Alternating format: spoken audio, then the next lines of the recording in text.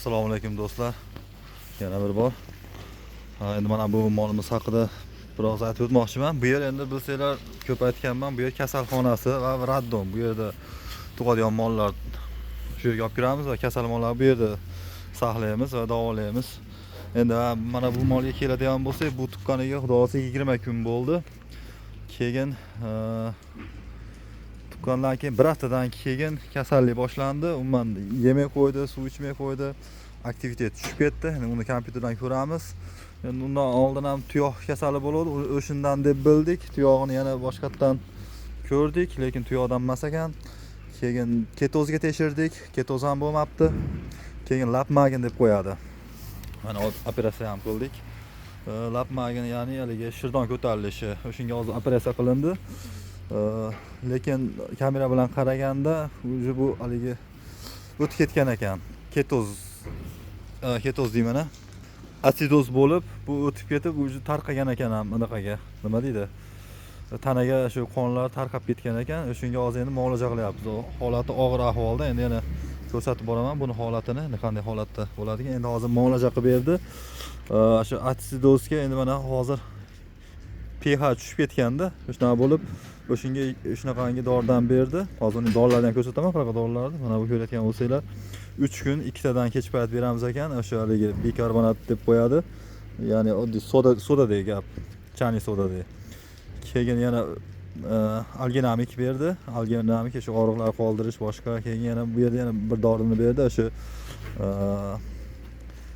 gazda olib ketgan narsalarni ham tuzatadi-da. Nima deydi endi uni? Insulin deb qo'yadi. Ya'ni shu yara bo'lib shu yiringlash deyish. O'shaqa narsalarga endi muolaja qilamiz endi. Hozir endi uxlayapti, uxlatadi endi olib qilib, uni operatsiya qildik, tagidan ham teshib. Endi ko'ramiz endi holatini. Endi buni sababi, anaqasiga keladigan bo'lsak, nimadan bunday bo'ldi? Endi katta ferma, endi yangi makka silos beryapmiz va yangi makka unidan beryapmiz. Endi shunda yangi tuqqan molda shunday holat bo'ladiki, o'zi birinchi stressda bo'ladi. Tuqqandan keyin ikkinchi ozuqaga o'tish stressi bo'ladi. O'shunda keyin hazm qilish sistemasi buziladi-da. Keyin mana bu yangi makkalar yaxshi hazm bo'lmaydi, albatta. Sababi unda kraxmallar to'liq yetilmagan bo'lgani uchun hazm bo'lish darajasi. Makka uni ham kislotasini oshib ketgan, ko'tarilib, shu holatga kelib, yiringlashga qonga ham o'tib ketib qo'yibdi.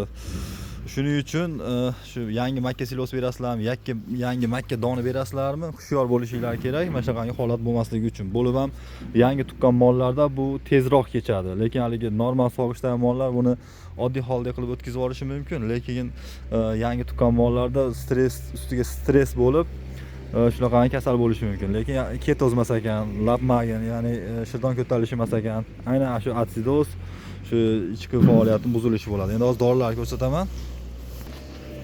Mana bu dorilardan pH piles deb qo'yadi buni. O'sha bikarbonat tarkibli mana.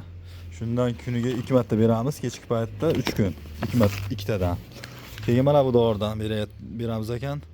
Doktor tavsiyasi bilan qilamizda buni 50 gramdan buni beramiz. Bu keyin alginamik. Endi holatini ko'ramiz endi qanday bo'ladigan.